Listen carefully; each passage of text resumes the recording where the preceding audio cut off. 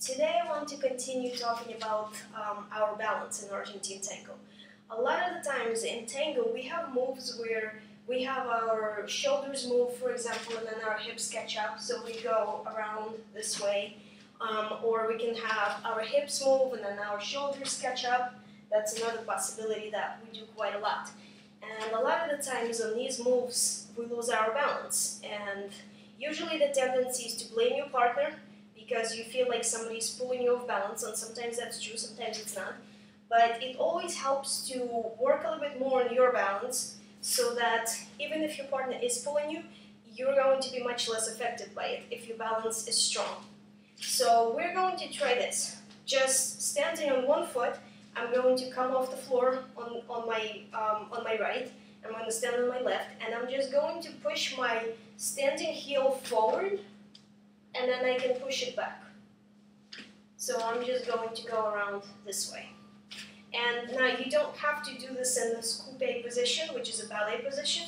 You can have your foot just to the side, or even here, just as long as you're not doing this every time you turn.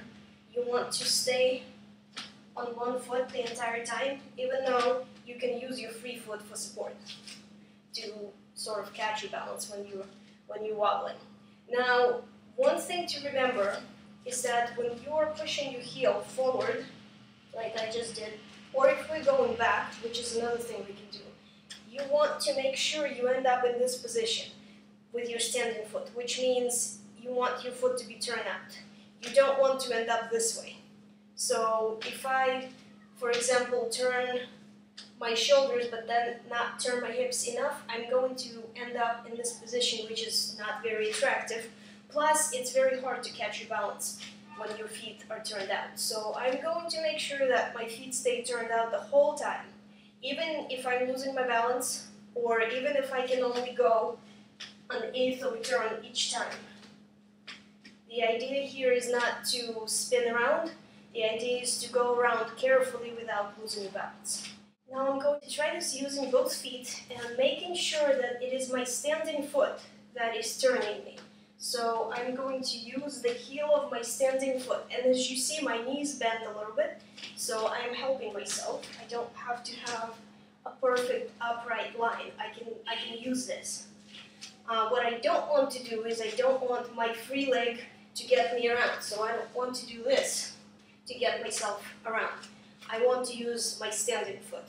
So I'll start here, and I'm going to go around 1, 2, 3, and 4, and back 1, 2, 3, and 4, forward 1, 2, 3, and 4, and back 1, 2, 3, and 4. Now I'm going to switch my feet, and I'm going to go forward once again, the other direction. In this case, I'm on my right foot, and I'm going to my right first. I'll go 1, 2, 3, and 4, and back 1, 2, 3, and 4, forward 1, 2, 3, and 4, and back again 1, 2, 3, and 4. Now I'm going to try a variation on this same exercise because your balance is always going to be affected by whether your free foot, is to the side or forward or back.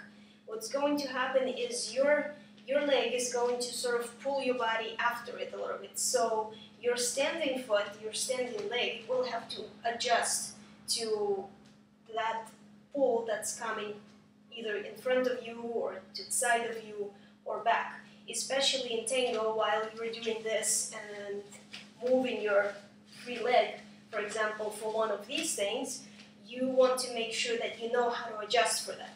So, for this reason, I'm going to try the same move with my leg forward. So I'll go around 1, 2, 3, and 4, and back 1, 2, 3, and 4. Now I'll do the same thing with my leg going back.